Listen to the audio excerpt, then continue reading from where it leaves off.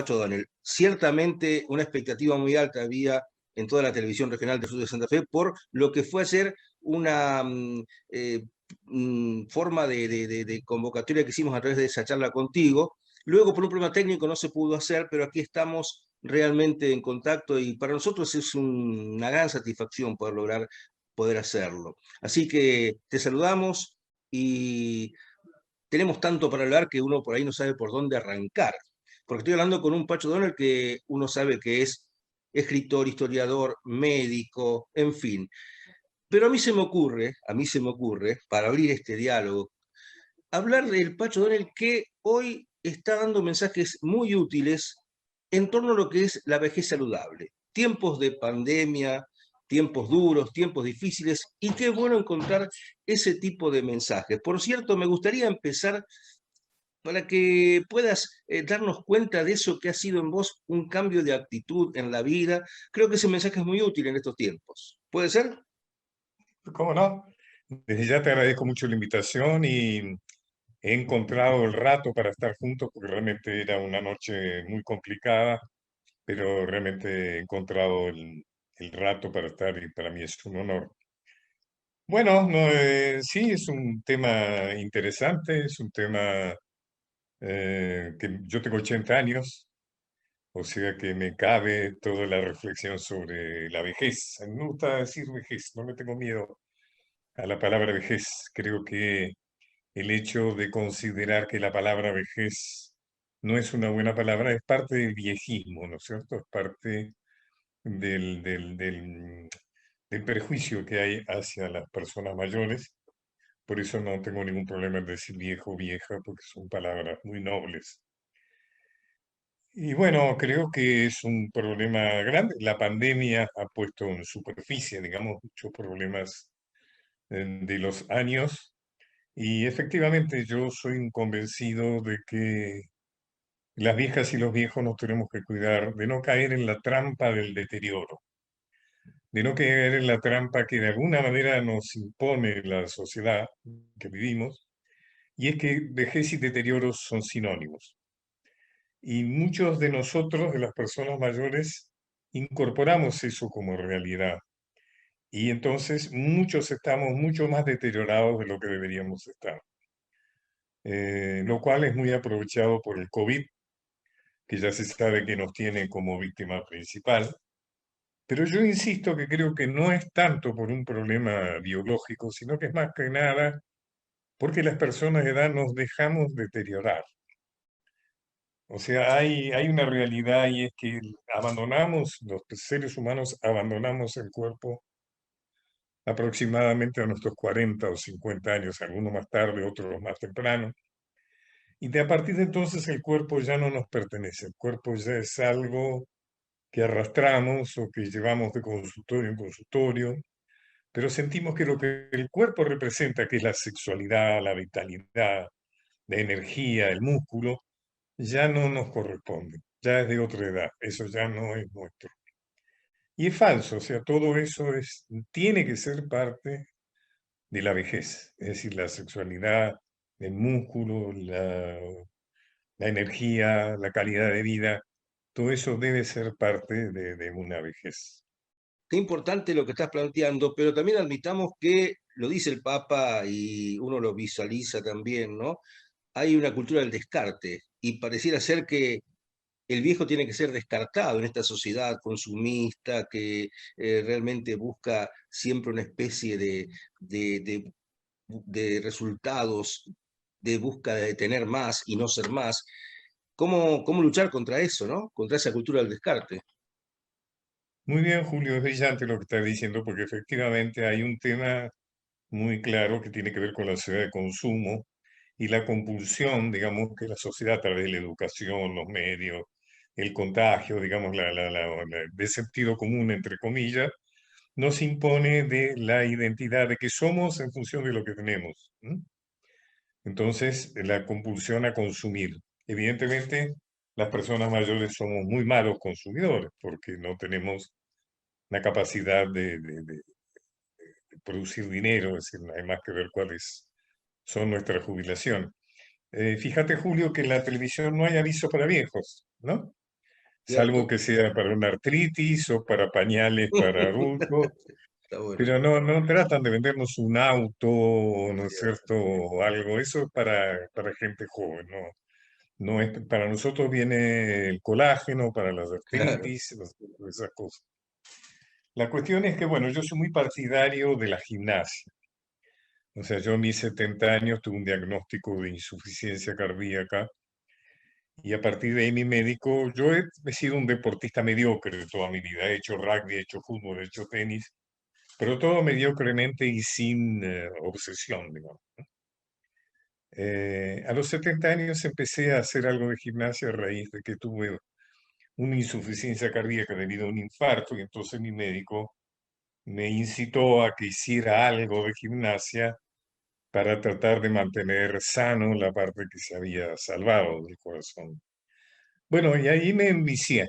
Ahí comprendí realmente que la gimnasia, el entrenar, como yo le digo, ¿no? El entrenamiento sistemático, riguroso, es algo muy importante. Es algo que revitaliza, que equilibra el colesterol, equilibra el azúcar, equilibra la presión arterial, lo hace uno más amigo del espejo, ¿no es cierto? Eh, Se coloca mejor en la vida frente a los demás, eh, tiene todo eso que decíamos, pues ejerce la vitalidad, la energía. bien, Así que yo, además, tiene mucho que ver con la salud, ¿no es cierto? Yo me contagié de COVID y lo tuve bastante suave, o sea, con algunos síntomas, pero muy suave. Y yo creo que tiene que ver con que aquellos que estamos en buena condición física, parece una redundancia, pero estamos en mejores condiciones de dar pelea. Una enfermedad es una pelea entre los anticuerpos y los bichos, digamos, ¿no? Mientras mejor condición, eso está científicamente comprobado, o sea que las personas que están en buen estado físico, de acuerdo a esa edad, tienen un sistema inmunológico sí, mucho sí, más sí. elevado que las personas sedentarias.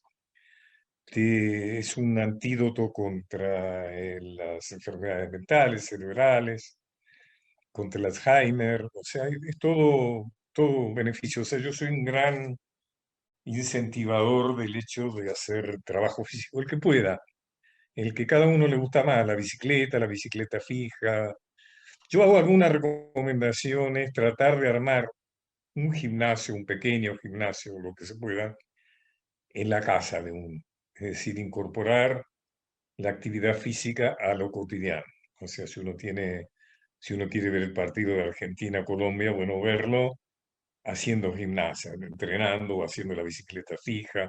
Buenísimo todo lo que estás planteando. Uno podría seguir transitando este camino de valorización de la vejez, como te gusta decir, irnos hacia los griegos y encontrar en esa cultura lo que era el respeto enorme al anciano, ¿no? Y así en Claro, aquellas culturas se daba un valor que hoy de pronto no se tiene. Hay una involución en ese sentido. Habría que en ese punto sí volver al pasado.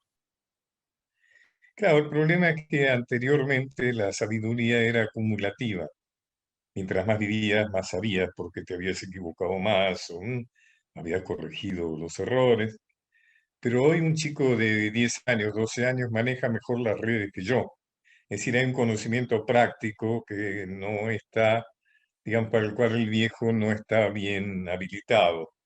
Y digamos, eso hace que parecería privilegiarse más esos conocimientos que la sabiduría de la edad, ¿no? Que sin duda es importante. Hay otra cosa, Julio, que me gustaría hablar cuando hablamos de los adultos mayores, y es lo importante que es, o sea, fíjate vos que uno se jubila a los 65, a veces antes. Yo tengo 80, así que tengo 15 años en buena condición mental, cerebral, bastante buena condición física. 15 años, un montón de tiempo. O sea que la vejez es también, a medida que se ha prolongado la expectativa de vida, digamos, en aquellos que tienen condiciones económicas y sociales y no en el atroz 50% de pobreza que vive en nuestro país hoy. Es una edad, por ejemplo, para lo que yo digo, pagar deudas que uno tiene con uno mismo. Es decir, inclusive el COVID tiene que haber servido para eso, todo este tiempo de quietud, de soledad. tiene que haber servido para que cada uno pensara, como además se nos vino encima el tema del tiempo, o sea, lo imprevisto. Uno sabe ahora que no tiene todo el tiempo, que no es eterno, que lo que a uno le resta de vida es finito, o sea, uno no es infinito. Entonces uno debería de haber pensado qué es lo que todavía no hizo que debería ser. Es decir, ¿qué me debo a mí mismo? En el momento final, momento postrero, en el momento final, yo estoy convencido de que la gente no piensa tanto en lo que hizo, sino en lo que no hizo. ¿Qué es lo que no hice que debería de haber hecho? Y todavía tengo tiempo de hacer. Vos dijiste que a mí me gustaba la historia. Te voy a dar un ejemplo. San Martín, en su vejez, bueno, en lo que fue su vejez en su época, murió a los Sí, 72 años, pero para su época era anciano, encontró en su vejez el interés por el arte. San Martín, por ejemplo, pintó cuando estaba en el exilio. Por ejemplo, Tomás Guido, que fue su gran amigo, el que está enterrado con él en la Catedral de Buenos Aires, se muestra preocupado por cómo va a sobrevivir, porque la Argentina, donde tenía muchos enemigos, ya no le pagaba lo que le correspondía por haber sido general. Y entonces San Martín le dice que no se preocupe, que él va a sobrevivir pintando abanicos y platos, es decir, él hacía una pintura decorativa. Y él estudió y aprendió. San Martín estudió guitarra con claro. Azor, que fue un gran guitarrista de su tiempo. Se conectó con la vida intelectual a través de su amistad con Antonio Aguado, que fue un poco el mecenas. Era amigo de Giacomo Rossini, el autor de óperas, de Gerard de Nerval, ¿no es cierto?, que era el novelista de época, de Víctor Hugo. O sea, San Martín tuvo la posibilidad de recuperar aquello que no había hecho durante su vida, que era vivir una vida de artista y de intelectual. Eso es importante señalar porque la vejez es una edad en la que uno puede recuperar aquello que se debe a uno mismo, ¿no es cierto? Qué bueno. Con mucho afecto, con mucho reconocimiento. Te saludo en nombre de todo lo que es el sur de la provincia de Santa Fe y zonas aledañas. Ha sido un placer enorme poder contactarte y, por supuesto, desearte que sigas así con esta plenitud y con estos mensajes que son tan valiosos. Gracias, Pacho. Volver a llamarme cuando quieras, cuando tengas Gracias. Hasta siempre. ganas.